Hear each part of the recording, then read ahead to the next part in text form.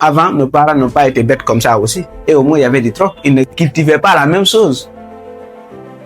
Mais nous, c'est ici que tu vois, on cultive la même chose à tout moment. Même quand tu as besoin de quelque chose comme solution vis-à-vis de ton voisin, tu ne peux pas obtenir. Parce qu'il fait la même chose que toi. Finalement, vous êtes tous obligés d'aller chercher ailleurs. Et c'est ce qui fatigue l'Afrique d'ailleurs. Parce que la majorité de nous, les Africains, la façon dont on exerce nos activités, on n'ouvre pas notre entreprise pour aider les gens. On ouvre notre entreprise par concurrence, par ego, par jalousie. Parce que tel voisin a fait, moi aussi je vais faire. Moi, je suis qui pour ne pas faire? Alors que ce n'est même pas un projet réaliste. Peut-être on t'a donné 10 000 $ quelque part, 100 millions ou 200 millions. Et ok, comme moi aussi, j'ai déjà à mon frère la fonction publique qui vole l'argent.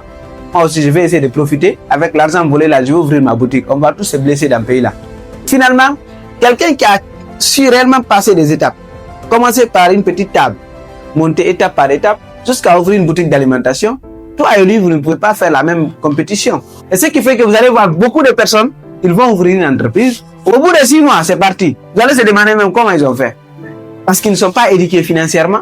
Ils n'ont pas réellement cherché leur argent là, par étapes. Parce que tout argent que vous obtenez facilement comme ça, ah, j'attends ici l'aide de mon papa, il va me donner un gros montant, je vais commencer un business. Ton papa, il t'aime pas. Ou bien ton oncle ne t'aime pas. Oui, parce que c'est pas celui qui te donne l'argent qui t'aime. C'est celui qui te permet de comprendre comment est-ce qu'il faut travailler avec le peu d'argent que tu as, jusqu'à ce que tu obtiens la grande somme.